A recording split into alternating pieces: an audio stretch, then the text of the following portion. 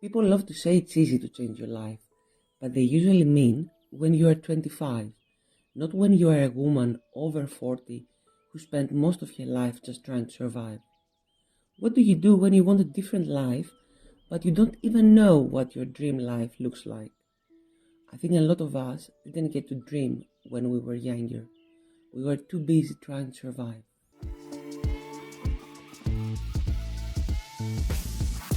Hello, and welcome to Stavroula's journey. If you're new here, this is a space for women who have struggled, survived, and still want more for themselves. Especially if you're over 40 and trying to become the version of you that life maybe never really gave you the space to be. And today, I want to talk about something that feels very, very personal to me. Because I keep seeing this message everywhere, that changing your life is easy, that you can just reinvent yourself, start over, follow your dreams, be brave and take the leap. And yes, of course I understand the intention behind that, I really do. But if I'm honest, a lot of the time, when people talk about how easy it is to change your life, they're imagining someone in their 20s. Someone who still feels like time is endless. Someone society still gives a little more permission to experiment and make mistakes, be spontaneous, and call all of it part of finding themselves. But when you're a woman over 40, it can feel very different. It can feel like the world has already decided who you are supposed to be by now, like your role has already been assigned, like maybe your chance was earlier and now you're expected to be practical and quiet, responsible and grateful for everything. And that can do something really painful to you. It can make you feel like there isn't much room left anymore for the parts of you that still want more. More creativity, more joy, more freedom, maybe even more love, more softness, more possibility. It can start to feel as if wanting a new relationship, a family, a different career, or a different version of yourself is somehow unrealistic now. And little by little, that can make you feel like you're not just running out of time, but running out of permission. And I think for many women over 40, the reason change feels so heavy isn't because we're lazy, ungrateful, or incapable. It's because many of us didn't spend our youth dreaming. We spent it surviving. And that's what I want to talk about today. Not in a 5 steps to fix your life overnight kind of way, but in a real, soft, honest human way. Because if you're a woman over 40 who wants more out of life, more peace, more purpose, more joy, more freedom, more creativity, more you, I want you to know this episode is for you. And I wish there was such an episode for me. 1. When you never had the luxury to dream. I think one of the hardest things people don't understand about women who want to start over later in life is that many of us were never really given the luxury of dreaming in the first place. A lot of us have spent years, sometimes decades, in survival mode.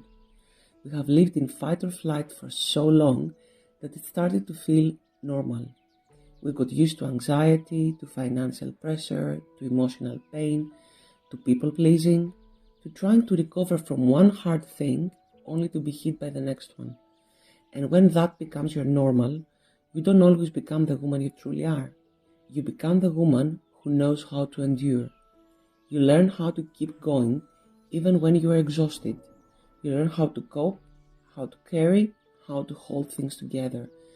You become strong in ways you never asked to be strong. But a lot of us never really learned how to dream.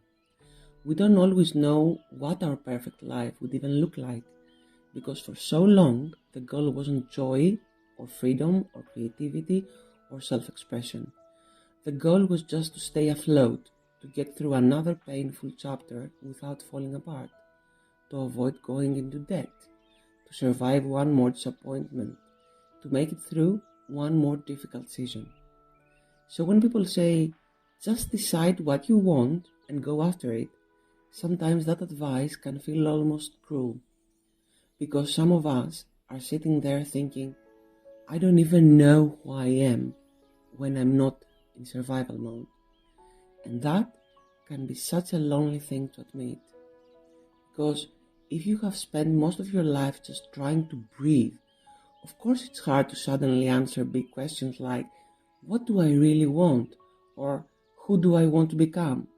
Some of us are only now reaching the age where we can even begin asking those questions. And honestly, that doesn't mean we're late. It means we finally have enough space to hear ourselves too. My personal story. This is deeply personal for me because when I say this, I'm not speaking from the outside. I'm speaking as someone who has lived it. If I'm honest, for as long as I can remember, I have felt like I have been swimming against the current. Like I've spent so much of my life just trying to breathe, just trying to keep my head above water, without even knowing what land was supposed to feel like. I've spent years trying to overcome a difficult childhood, one that turned into a struggling adulthood, trying to heal while still functioning, trying to survive emotionally and financially, trying to prove myself, trying to create something better while still carrying the weight of everything that came before. And when your life feels like that for so long, you don't always get to sit down calmly and ask yourself, what's my dream life? Sometimes the dream is much smaller than that. Sometimes the dream is just, please let me get through this. Let me be okay. Let me catch my breath. And I think that's why so many women feel confused when they try to change their lives later on. Because it's not only that we are scared to begin, it's that many of us are beginning without ever having had the chance to fully know ourselves. But even with all of that, I still know there is a true self inside me. I know she exists. She's lighter than the life she has carried. She laughs more easily. She feels safe enough to enjoy things. She doesn't spend all her energy worrying about money or how other people see her. She creates. She helps people. She enjoys life more freely. She feels spontaneous. She feels open. She feels safe enough to simply be yourself. And I think maybe that's what this chapter is for. Not becoming someone fake, not becoming someone completely different, but finally meeting the version of ourselves that survival never really allowed us to fully be. And that to me is a very different kind of starting over. It's just not reinvention, it's recovery. 3. What we are really grieving. I think a lot of women over 40 who want to change their lives are carrying a grief that doesn't get talked about enough. Yes, we grieve time, of course we do. We grieve the years that went by, the chances we didn't take, the seasons where we were too overwhelmed, too unsupported, too scared, too exhausted, or just too busy surviving to do what we wanted. But I think there is an even deeper grief underneath that. We're not only grieving the life we didn't build, we're grieving the versions of ourselves that never had a chance to fully form. The parts of us that never got to be carefree, the parts that never got to experiment, to create without fear, to be soft without feeling unsafe, to relax enough to imagine a future we actually wanted. Sometimes when we say we want a new life, we're not only asking for success. Sometimes we're trying to recover ourselves. And I really want to say this clearly because I think some women need to hear it. Wanting more after 40 does not make you unrealistic. It does not make you selfish. It does not make you immature. And it definitely does not make you ridiculous. It means some part of you is still alive. It means some part of you still believes there is more for you. And there is. Honestly, I think that is beautiful. 4. The how. So if you're listening to this and thinking, yes, this is me, but what do I actually do? I want to share with you what I'm learning. Not as someone who has it all figured out, because I don't, and not as some perfect expert, just as a woman who is in it too. I think the first real step is getting to know yourself without all the outside noise. And I don't mean the version of you that was built by fear, pressure, trauma, expectations, and survival. I mean that quieter version, the truer one, the one that gets buried under what everyone else needs from you and what everyone says it's you. That means spending time with yourself in a way that isn't performative. It means getting quiet enough to notice what feels heavy and what feels light. It means trying new things without demanding that you be amazing at them immediately. It means being willing to fail a little and not turn that into proof that you should stop. And it means paying attention to the things that make your heart smile, because sometimes that's exactly where your next life begins. And I think that matters so much for women like us, because if you spend years just trying to survive, you may not have one clear dream waiting neatly inside you, and that's okay. Sometimes the dream doesn't arrive as a full plan. Sometimes it starts as a feeling, a little spark, a tiny moment of peace, a strange curiosity, a brief sense of aliveness you haven't felt in a long time, and that counts. I also think it's life-changing to learn what no actually means. A lot of women learn how to sacrifice long before they learn how to choose. We get very used to saying yes to what drains us, yes to what's familiar, yes to roles we have outgrown, yes to guilt, yes to overgiving, yes to being the responsible one, even when it's costing us our spirit. So yes, learning to say no is powerful, but there's another side to that, and I think it matters just as much. We also have to learn how to say yes to good things, because some women don't only fear failure, we also fear success. We fear joy, we fear peace, we fear visibility, we fear being truly seen and receiving something beautiful because we're afraid of losing it. And when you have lived in chaos for a long time, calm can feel rather suspicious. So part of changing your life is not only learning boundaries. Boundaries are crucial, but it's also learning how to receive happiness without sabotaging it. Learning how to let good things stay. Learning how to trust the moment of peace instead of bracing for it to disappear. And then there's this. I think we have to stop trying to reinvent our entire lives in one dramatic week. I say that lovingly because I have done it. I have tried to do it. Many of us do it. We get inspired, emotional, full of hope, and suddenly we think the answer is to fix everything at once. We imagine a whole new life by next Tuesday, and of course, that becomes overwhelming. You do not need an overnight transformation. You need a gentle, honest beginning. Maybe it's 1 hour a week for your dream. Maybe it's one brave step. Maybe it's one small change that actually fits your real life. Maybe it's spending 1 hour a week living like the person you want to become. Maybe it's one brave step. Maybe it's one small change that actually fits your life right now, or one habit that supports you instead of punishing you. That matters far more than a dramatic plan you abandon in 3 days, because that's what we do. And honestly, I think this next part is really important too, because not every change has to begin with a huge leap. You do need a huge leap. That's the leap of faith in yourself. But sometimes the smartest thing you can do is build a new life quietly before you fully leave the old one. There is so much pressure online to be bold and dramatic and to just go for it. But real life doesn't always work like that, especially when you're over 40, especially when money matters, especially when responsibilities are real. Sometimes courage looks much quieter than people think. It looks like keeping your current job while you create something on the side. It looks like learning a skill while no one is clapping yet.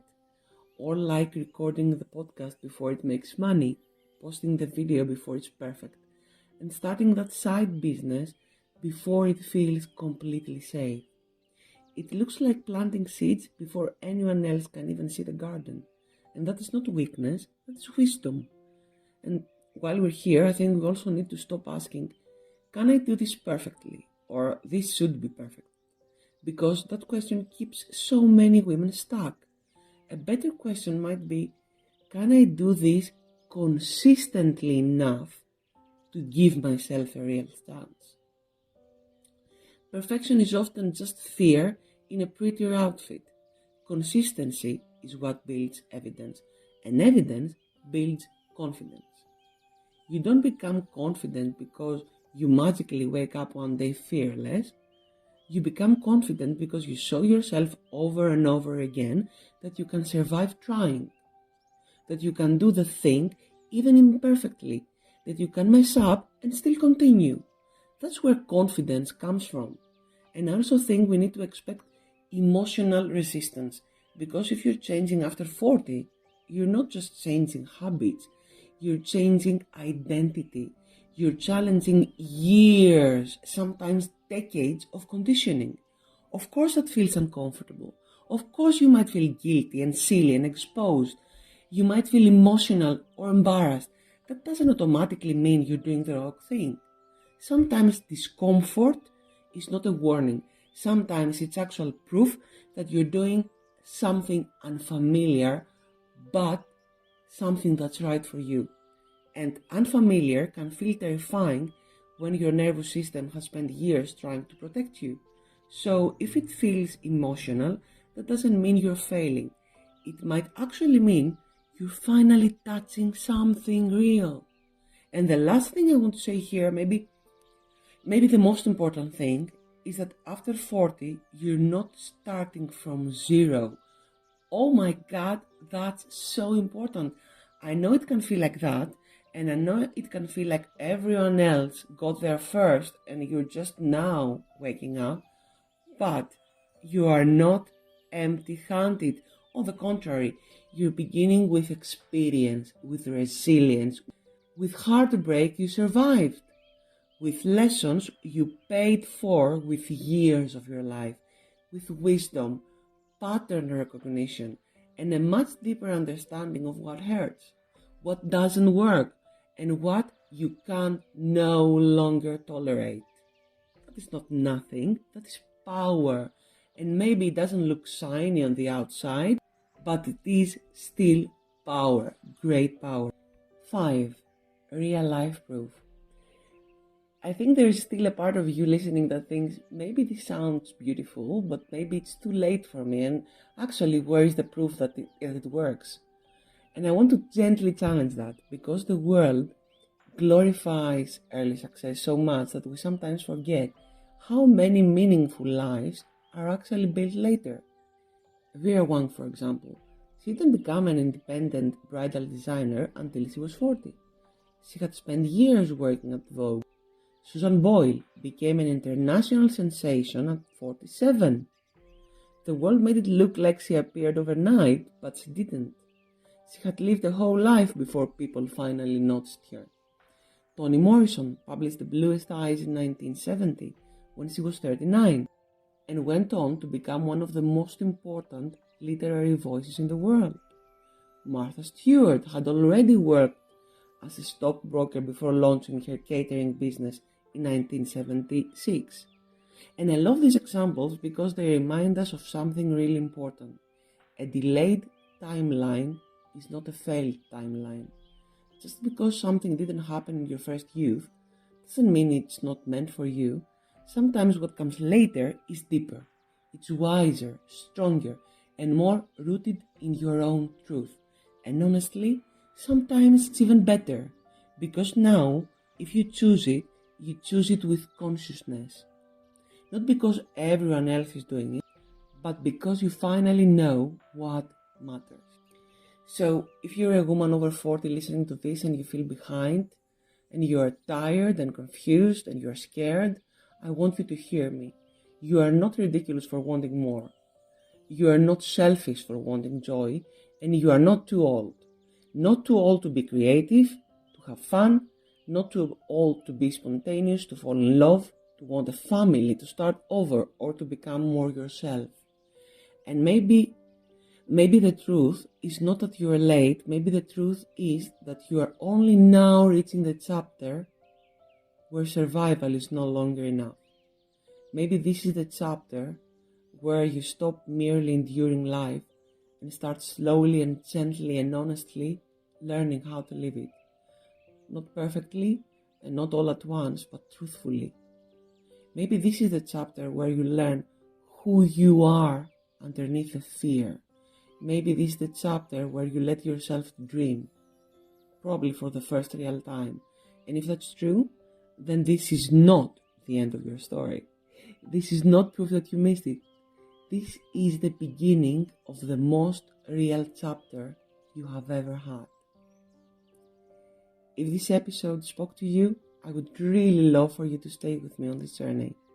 You can subscribe here on YouTube or follow my podcast, because this space for women who are building and healing and growing and becoming, even if life didn't go the way they thought it would. And if you want, please tell me in the comments, or just, whisper it to yourself for now.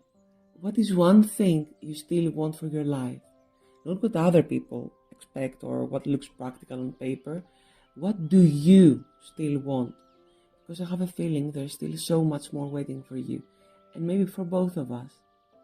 Anyway, I'll see you in the next one.